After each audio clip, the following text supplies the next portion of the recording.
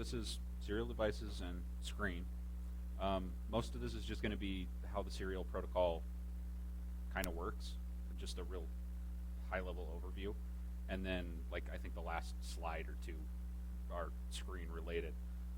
But this is important for like embedded devices or like a Raspberry Pi or anything like that. If you're trying to talk to microcontrollers or even other machines, super useful if like one's supposed to be air-gapped and not on a network or anything like that.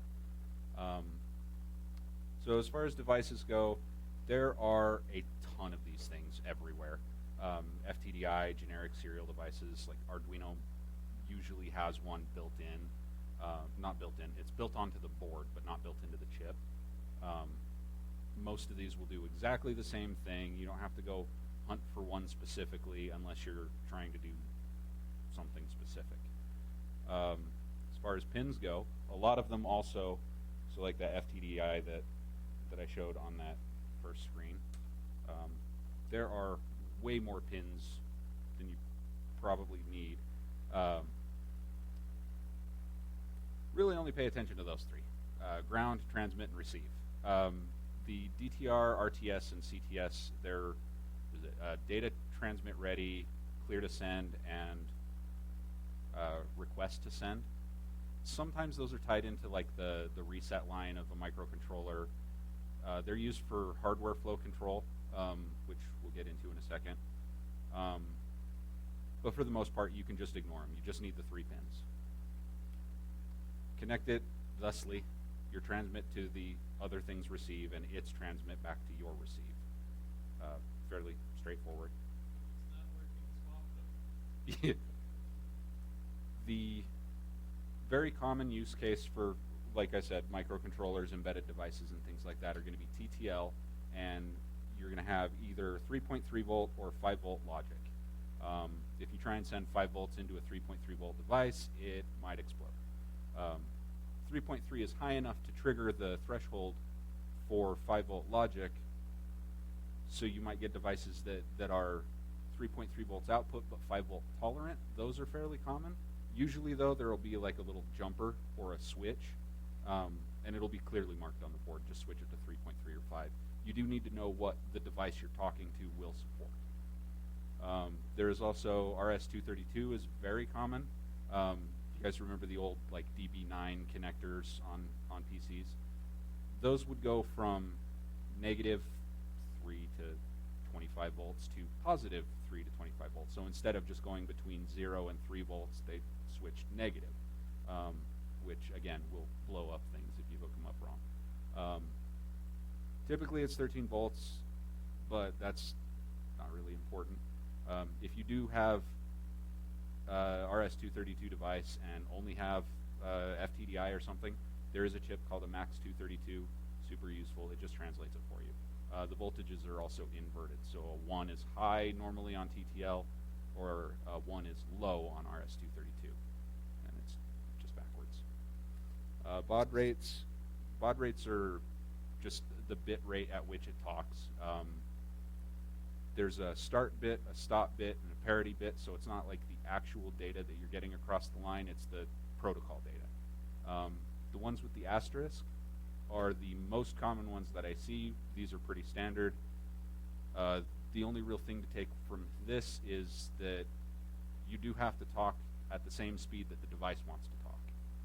If you try and talk to something at 9600 when it's expecting 115200, you get baud barf. It just looks like garbled characters. It's not useful. There are tools such as baudrate.py, which will detect it, or you can use a logic analyzer. Or there's a number of different ways of finding out, but it's usually listed somewhere if you search. Framing, again, not super important, just know that it's a thing. The most common, 8N1, 8 data bits, a start bit, 8 data bits, no parity bit, and 1 stop bit. So 9, 10 actual bits of data for every 8 bits you're trying to send. The parity bit, it'll be one of these usually. None is the most common, but you can also set odds, even, mark and space don't add anything other than padding it out, which doesn't make any sense to even use, but they're there. So the devices, they show up as dev TTY USB or dev TTY ACM 0, or however many devices, it'll just increment that number. By default, most distros that I've worked with, they show up like this. Root can talk to them just fine, and anybody in the dial-out group. But normally, you're not part of the dial-out group. So you can user mod, add yourself to the dial-out group, and you'll have to log out and log back in or start a new session in order to get those permissions. But that's the first hiccup that most people usually run into. Now we're into actual screen. That doesn't look super fun. You don't need most of those. Just screen, device, speed. Pretty much it. Once you've got everything connected hardware-wise, once you're sure your voltages are the right ones, that's it. Control A and then D. Don't hold Control A and then Control D. That won't work. Control A, let go of everything. D, detaches the session. K, kills the session. There's a bunch of other hotkeys. Screen is a huge rabbit hole you can fall down. But those are the most useful for serial devices particularly. Now we're in the demo. Let's see here. dmessage is useful for seeing what the device actually is. Oh.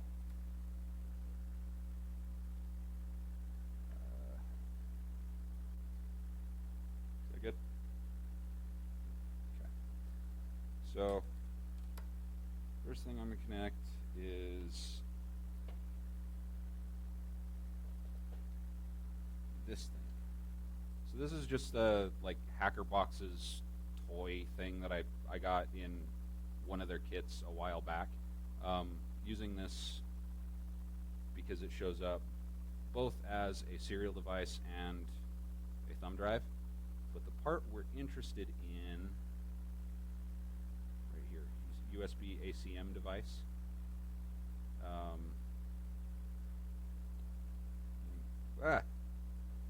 do that. Oh, yeah, right above it. TTY ACM 0. That's all I was after in dmessage. Whatever. So now,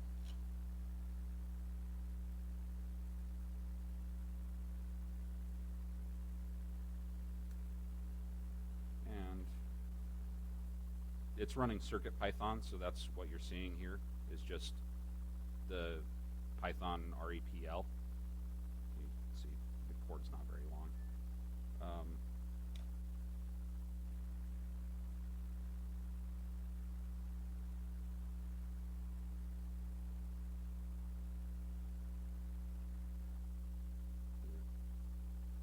So that's really it. Serial communication over USB.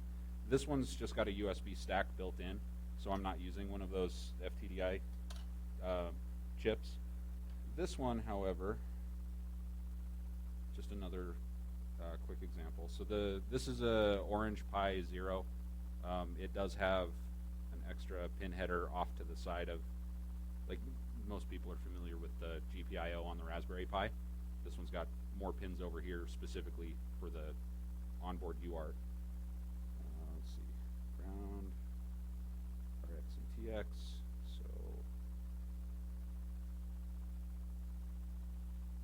ground, TX and RX.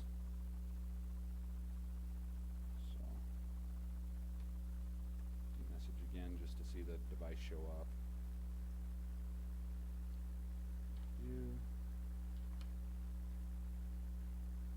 FTDI device attached to TTY USB 0. So if I do the same thing, TTY USB 0, pretty sure this one's the same speed. And then as soon as I power the device, it doesn't have a screen on it, but you get boot messages. And to anybody who's used Linux before, this looks like, well, that's bootloader crap, but uncompressing Linux, done booting kernel. And it'll start throwing more messages as it's booting. Super useful for when these things decide not to cooperate and don't show anything on the screen. In Duzzy's case, it kernel panicked before it initialized most of the devices. So we're getting, oh, now I have a login prompt. So just like SSH, but without network. Anyway, so there you go. That's. Actually, one of the things you mentioned, Uh-huh. in this, Yes. and I know that it's unfortunate, but a lot of physical devices, you get a UART connection, like home devices, that you get a root shell. Yes, in a lot of cases you do. So like cameras or like the Linksys firewalls and things like that, a lot of them do have a root shell just open on those pins. You do have to find them, but it's not super hard. You get a multimeter, find ground, and then just start connecting to crap. And as long as you're in the right logic level, there's not a whole lot you can do that will damage it unless you're feeding voltages where they're not supposed to go. If you're just listening, if you just connect the RX pin and don't connect the TX pin, you're just listening, and then the TX pin's usually going to be right near that. That is all the fact that, oh, we want root. Mm-hmm. Any questions?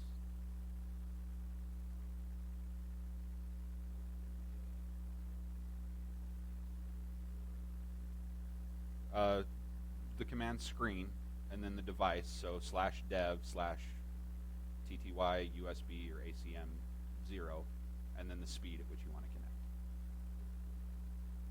Yeah, the number 115200 in this case, because it's common and quick enough. 9600 is another really common one, and 57600 those are the three that I see the most often. But it can be literally any one of these, and even more than that. So no, you have to know what it is, or there are tools like baudrate.py. Is it dash capital P or lowercase p?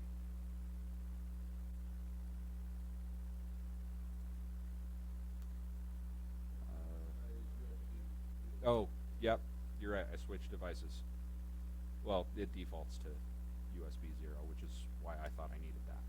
So it's trying to talk USB or 115200. And then, oh. What?